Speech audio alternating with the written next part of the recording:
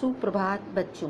आज हम आपकी पाठ्य पुस्तक नई तरंग के पाठ 3 खेत में खजाना का अध्ययन करेंगे।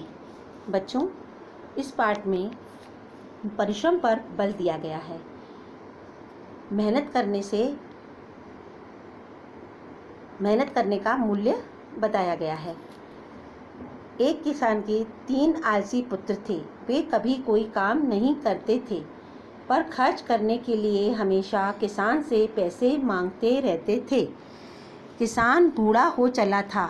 वह चाहता था कि उसके बेटे खेत पर काम करें। उसने उन्हें खेतों में काम करने के लिए बहुत समझाया, पर वे नहीं माने। अतः किसान ने उन्हें सबक सिखाने की सोची।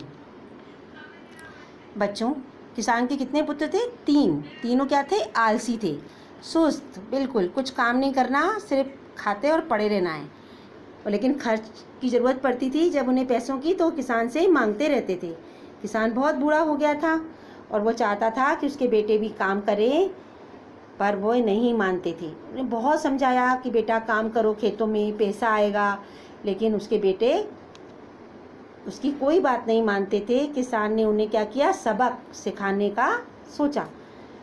एक दिन उसने अपने पुत्रों को बुलाया और कहा, पुत्रों, अब मैं बूढ़ा होता जा रहा हूँ, इसलिए मैं तुम्हें एक गुप्त बात बताना चाहता हूँ। गुप्त मीन्स छिपी हुई बात। गुप्त क्या? छिपी हुई, कि भाई जिसको किसी को भी पता ना हो, ऐसी बात। तो किसान ने क्या किया? एक दिन अपने पुत्रों को बुलाया और कहा कि अब मैं बहुत बूढ़ा हो गया हूँ, अब मैं तुमको एक छिपी हुई बात जो किसी को भी नहीं पता है, वो तुम्हें बताना चाहता हूँ। जब तीनों लड़के बात जानने के लिए उत्सुक हो गए, तो उसने कहा, मेरी बात ध्यान से सुनो, मैं खेत में खजाना छिपा रखा है। क्या कहा उसने? मैंने खेत में खजाना छिपा रखा है, परंतु मैं वह स्थान भूल गया हूँ जहाँ मैंने खजाना छिपाया था। तुम खेत को खोदो और धन निकाल लो। क्या बोला किसान ने? तीनों लड़कों को बुलाया कि मैं तुमसे एक बहुत छिपी हुई बात बताना चाहता हूँ। तो किसान के लड़के उत्सुक हो गए कि बताओ कौन सी बात बता रहे हैं पिताजी। तो किसान ने कहा कि अब ध्यान से सुनो, मैंने खेत में खजाना छिपाया था। मतलब खजाना मीन्स बहुत सारे धन दौलत, पैसे, परंतु मैं भूल गया हूँ कि वह कहाँ पर छुपाया था, कौन सी जगह पर छुपाया था।